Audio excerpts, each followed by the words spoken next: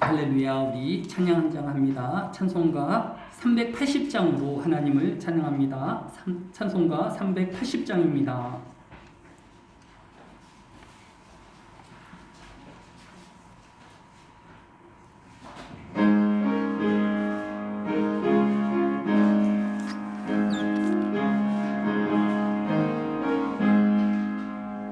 나의 생명 되신 주님 앞에 나아갑니다.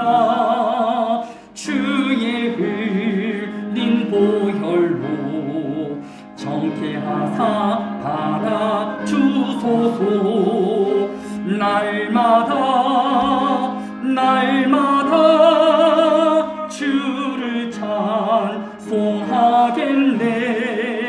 주의 사랑 줄로서 나를 굳게 잡아내소서. 괴로운 세상 지날 때 나를 인도하여 주소서. 주를 믿고 나가면 나의 길을 잃지 않겠네. 날마다 주를 찬송하겠네. 주의 사랑 줄로서 나를 굳게 잡아내소서. 세상 살아갈 때에 주를 더욱 사랑합니다. 밝고 빛난 천국에 나의 영혼 들어가겠네. 날마다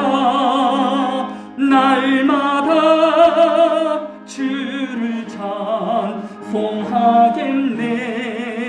주의 사랑 줄로서 나를 굳게 잡아내소서.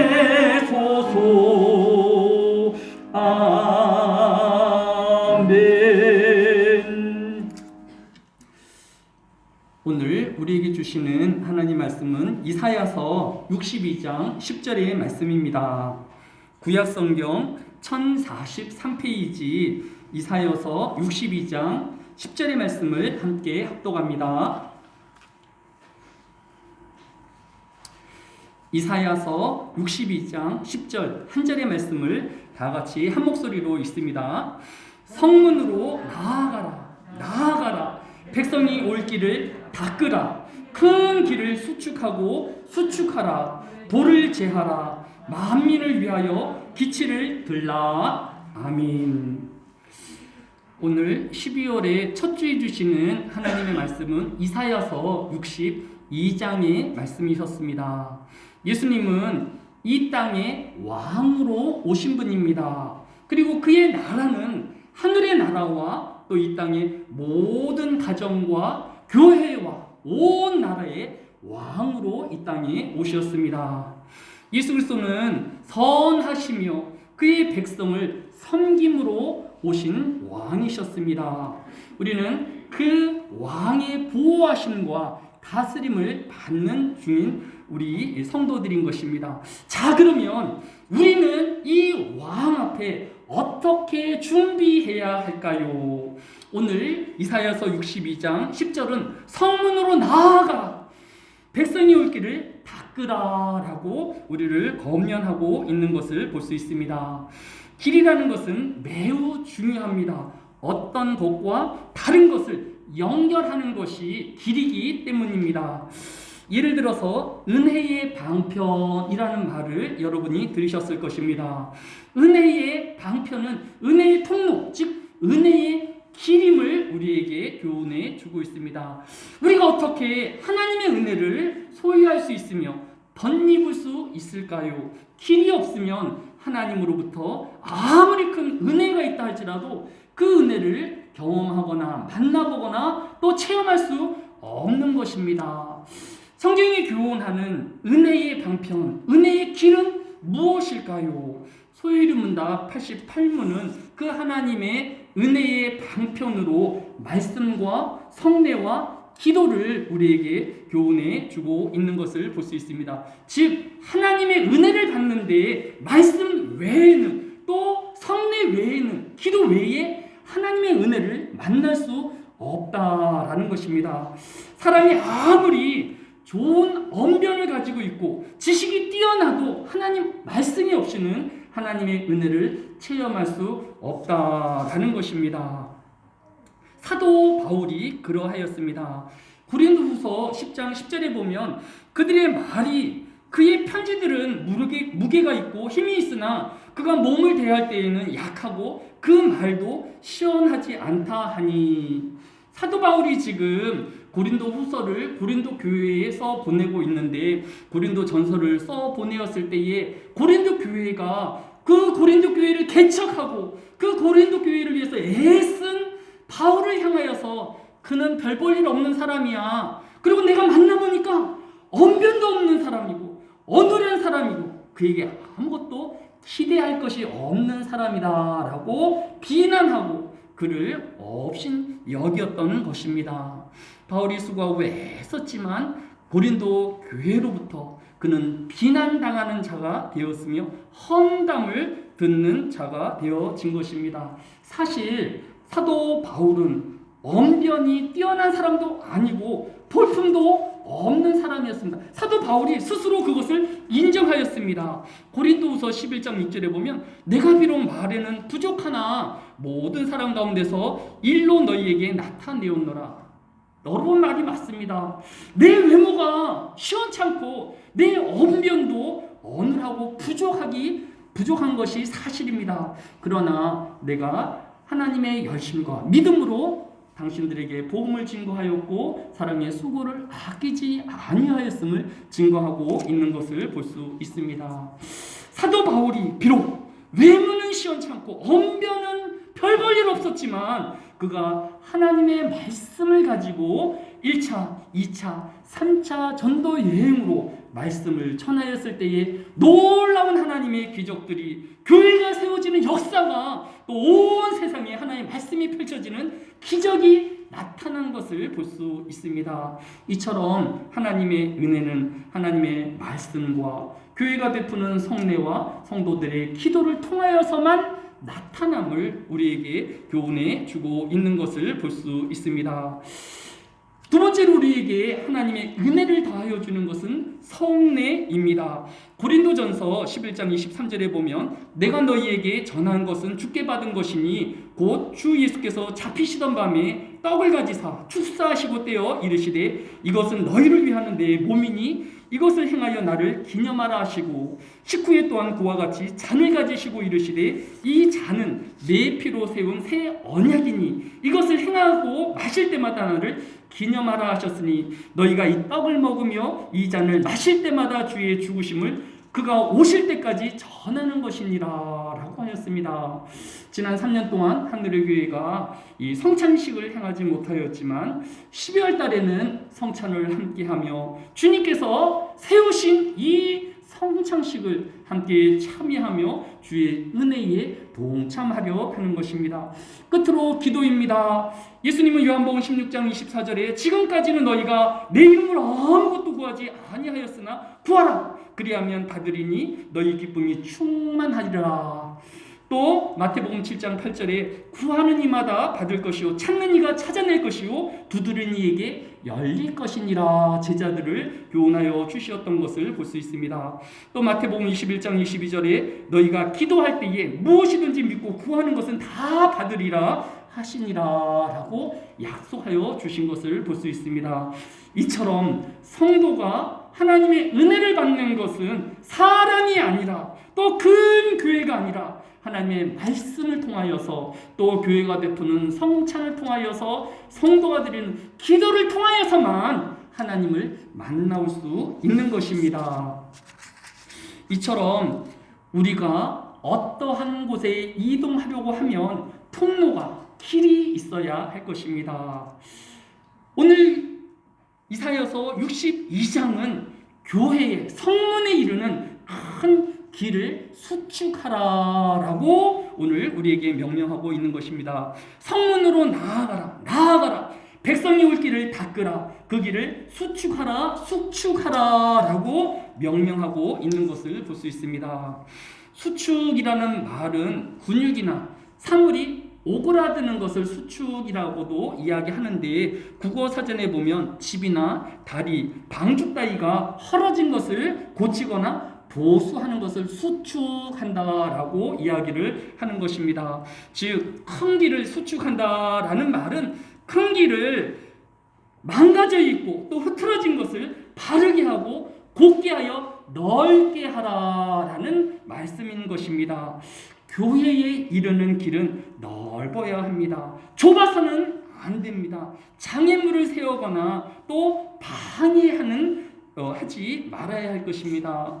교회 가려고 하면 예를 들어서 좋은 옷을 입어야 하고 많은 헌금을 해야 하고 또 어떤 봉사와 헌신을 전제로 해서만 교회로 갈 수 있다라고 하면 교회로 가려는 사람들이 많이 줄어들게 되어질 것입니다. 믿음이 있는 사람, 신앙이 있는 사람은 어떤 고난과 역경이 있고 순교를 앞두고서도 교회로 가려 하겠지만, 이렇게 교회의 문들을 제약을 두고 조건을 달고 힘들게 하면 아무도 교회를 찾지 않으려 할 것입니다. 때문에 우리는 교회의 문턱을 낮추게 하고 또 넓게 해야 할 것입니다.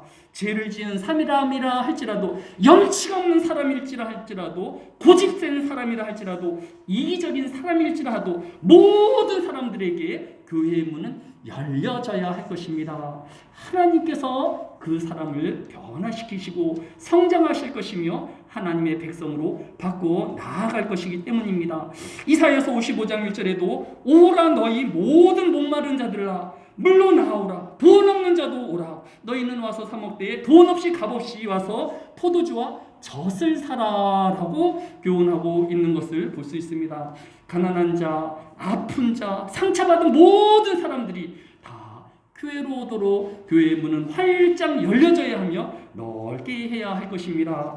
예수님도 누가복음 18장 16절에 예수께서 그 어린 아이를 불러 가까이 하시고 이르시되 어린 아이들이 내게 오는 것을 용납하고 금하지 말라. 하나님 나라가 이런 자의 것이니라 라고 교훈하셨습니다. 제자들이 아이들의 문을 막고 또 교회의 문을 가로막았을 때에 예수님께서 어린 아이일지라도 나오는 것을 막지 말라라고 하였습니다. 하늘의 교회는 모든 사람들에게 열려 있으며 그들에게 어떤 작은 부담이나 장애물도 만들지 아니하고 원하는 모든 사람들이 함께 예배하는 자리에, 찬양하는 자리에, 함께 기도하는 자리에 올 수 있도록 환영하는 교회가 되어야 할 것입니다. 두 번째로 62장 10절에 보면 성문으로 나아가라, 백성이 올 길을 닦으라, 길을 수축하라, 돌을 제거하라 라고 하였습니다. 성문으로 이루어지는 큰 길에는 큰 돌도 있기 마련이고 작은 돌도 있기 마련일 것입니다. 하지만 큰 돌이든 작은 돌이든 사람들이 다니는 길이기에 그 돌뿌리에 걸려서 넘어지기도 하고 또 여러 운행하는 데에 방해가 되어질 것입니다. 왕이 오시는 그 길에 돌을 제거하라 라고 하였습니다. 우리 하늘의 교회 모든 속해 있는 성도들은 우리의 마음에 쓴뿌리와 거친 돌이 있어서는 안 될 것입니다. 우리 마음에 거친 돌들을, 쓴뿌리들을 걷어내며 뽑아내는 우리가 되어야 할 것입니다. 바리새인이 예배에도 성공하였고 기도에도 성공했고 또 헌금 생활에도 성공하였습니다. 그는 누구를 비교하여서도 훌륭한 신앙인이었습니다. 그러나 누가복음 18장 11절로 12절에 보면 바리새인들은 서서 따로 기도하여 이르되 하나님이여 나는 다른 사람들 곧 토색, 불의, 간음하는 자들과 같이 아니하고 이 세리와도 같이 아니함을 감사나이다. 나는 일에 2번씩 금식하고 또 소득의 11조를 드리나이다 하고, 그는 11조와 헌금 생활과 예배와 기도 생활에 성공했는지는 모르겠지만 다른 사람들을 폄훼하고 조롱하고 비난함으로 사람들이 그 하나님 앞에 타가지 못하도록 막는 자였던 것을 볼 수 있습니다. 우리 하늘의 교회는, 또 모든 교회는 다른 사람을 비난하거나 헌담하거나 또 그 사람들을 또 아픈 부분들을 긁어내는 일이 없어야 할 것입니다. 우리는 먼저 우리 눈의 들보를 제거하여서 그 사람들을 천하보다도 귀히 여기시는 하나님 예수 그리스도의 마음을, 심장을 가져야 할 것입니다. 교회가 모든 사도 바울이 협력자가 되어야 할 것입니다. 사도 바울도 이런저런 단점이 있었습니다. 말도 어눌하게 하죠. 얼굴도 볼볼이었고 또 고집도 센 그 사람이었지만, 그러함에도 불구하고 교회가 또 그 사도 바울의 단점들을 집요하게 파는 것이 아니라, 그럼에도 불구하고 하나님의 일을 하며 또 교회를 위해 하는 일이라고 하면 협력자가 되어지고 기도하는 자가 되어지고 돕는 자가 되어질 때에 사도 바울이 그 전도의 여행들을 성공적으로 이끌어 갈 수 있었으며 교회를 세울 수 있었던 것을 볼 수 있습니다. 우리 하늘의 교회 모든 제자들이 다 완벽하지는 않을 것입니다. 장점도 있을 것이고 단점도 있을 것이지만 그 단점을 말하여 그 사람들을 비난하기보다 장점을 격려하며 또 그 중한 부분들을 내가 도울 수 있어서 채울 수만 있다라고 하면 그 노력을, 부족함을 채우는 하늘의 교회 성도들이 되어야 할 것입니다. 우리는 교회에 이르는 거친 돌들을 제거하는 성도가 또 12월이 되어야 할 것입니다. 세 번째로 기치를 들어라 라고 말씀하고 있는 것을 볼 수 있습니다. 교회는 사람을 위한 장소나 필요를 채우는 곳이 아니라 하나님을 예배하는 곳입니다. 열왕기상 9장 1절로 3절에도 솔로몬이 여호와의 성전과 왕궁 건축하기를 마치며 자기가 이루기를 원하는 모든 것을 마칠 때에 여호와께서 그에게 이르시되 내 기도와 내가 내 앞에서 간구한 바를 내가 들었은즉 나는 내가 건축한 이 성전에 거룩하게 하며 내 이름을 영원히 그곳에 두며 내 눈길과 내 마음을 항상 거기에